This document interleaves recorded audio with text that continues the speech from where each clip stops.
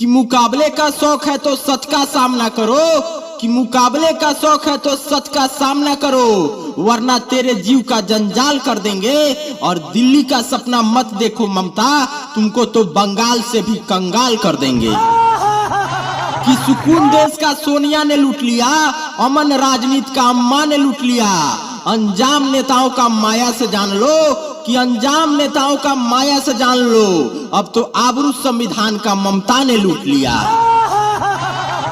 जय श्री राम। मैं कोई बाला बिहारी। बंगाल में मतदान हो रहा था और हर बार की तरह इस बार भी ममता दीदी के गुंडे चुनाव की शांति को भंग करने का काम कर रहे हैं। इतिहास रहा है टीएमसी का कि एक भी चुनाव बगैर हिंसा के जीती हो ममता बनर्जी। अपनी क्रूरता से, अपनी तनसाही से ही ये आज तक बंगाल पर शासन करते आ रही हैं, क्योंकि इन्हें पता है कि शांतिपूर्वक मतदान हुआ, अनुशासन का पालन हुआ, प्रशासन के देखरेख में हुआ तो टीएमसी पार्टी की जमानत जब्त हो जाएगी। ममता दीदी अगर पाकिस्तान की तरह कटोरा लेकर भीख भी मांगेंगी वोट के लिए तो बंगाल की जनता अपना एक वोट तक ममता को नहीं देगी। इतना त्रस्त है बंगाल की जनता ममता बनर्जी से और टीएमसी पार्टी से। आए दिन खून खराबा, हत्या, मारपीट, वोटों की लूटपाट, ये तो हर चुनाव में टीएमसी पार्टी की परंपरा रही है, क्योंकि ममता दीदी जानती हैं कि उनसे बंगाल की जनता कितनी खुश है। टीएमसी की सरकार ने रोहिंग्या मुसलमानों को संरक्षण देने का काम किया है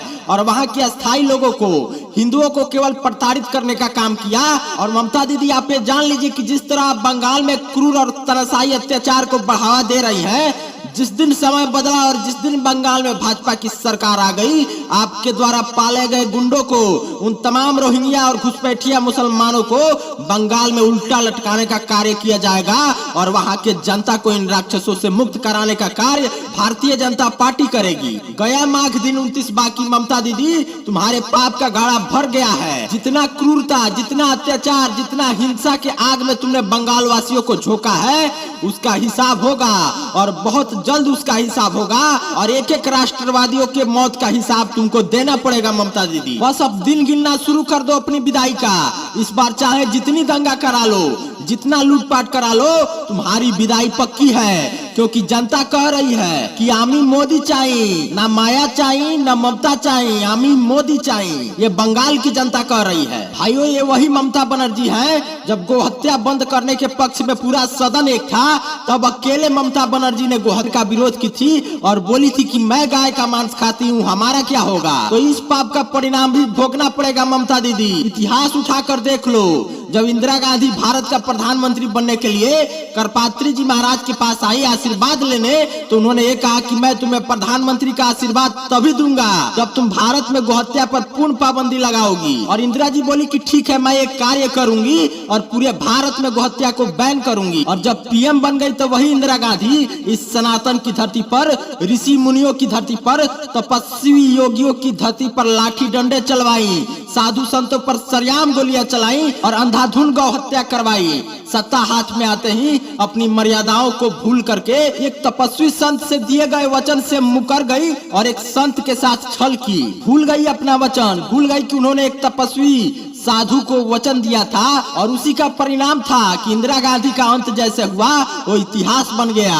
और उन्हीं पापों का फल कांग्रेस पार्टी आज तक भोग रही है। और इतिहास उठाकर देखोगी तो तुम्हें पता चलेगा ममता दीदी कि हिंदुओं को, सनातनियों को प्रताड़ित करने वाली पार्टियों का क्या हश्र हुआ है इस देश में। अयोध्या में श्री रामचंद्र जी के प्राण प्रतिष्ठा का न्योता ठुकराकर ये साबित कर दिया तुम लोगों ने और तुम्हारे पार्टी के नेताओं ने और इंडिया गठबंधन के नेताओं ने कि तुम्हारी पार्टी राम विरोधी है और जो राम का नहीं हो सकता वो किसी और का तो हो ही नहीं सकता। वो जनता का क्या होगा जो राम का नहीं होगा। और तुम लोगों के इन्हीं पापों के कारण ना तुम लोग रहोगे, ना तुम्हारी पार्टी रहेगी, ना तुम्हारे पार्टी के नेता रहेंगे। और एक सच्चे हिंदुस्तानी माननीय श्री प्रधानमंत्री मोदी जी को हराने के लिए जितना तुम लोग षड्यंत्र कर रहे हो, जितना छल कर रहे हो और जितने तमाम प्रकार के हथकंडे अपना रहे हो और जितना आरोप मोदी जी पर लगा रहे हो, लगा लो, लेकिन याद रखना, जिन पर कृपा राम करे वो पत्थर भी तिर जाते हैं। और सुनो कि क्रूर तानाशाही अत्याचार बढ़ जाए तो सोई हुई जनता की जमीर जाग जाती है। विकट परिस्थितियों में, संकट की घड़ियों में कुंभकर्ण जैसों की नींद भाग जाती है। कि खुद के ईमान और देश के ईमान खातिर गूंगे की भी जुबान जाग जाती है और धर्म संस्कृति की पहचान डूबने लगे तो हर देशवासी की स्वाभिमान जाग जाती है। जय हिंद, जय भारत।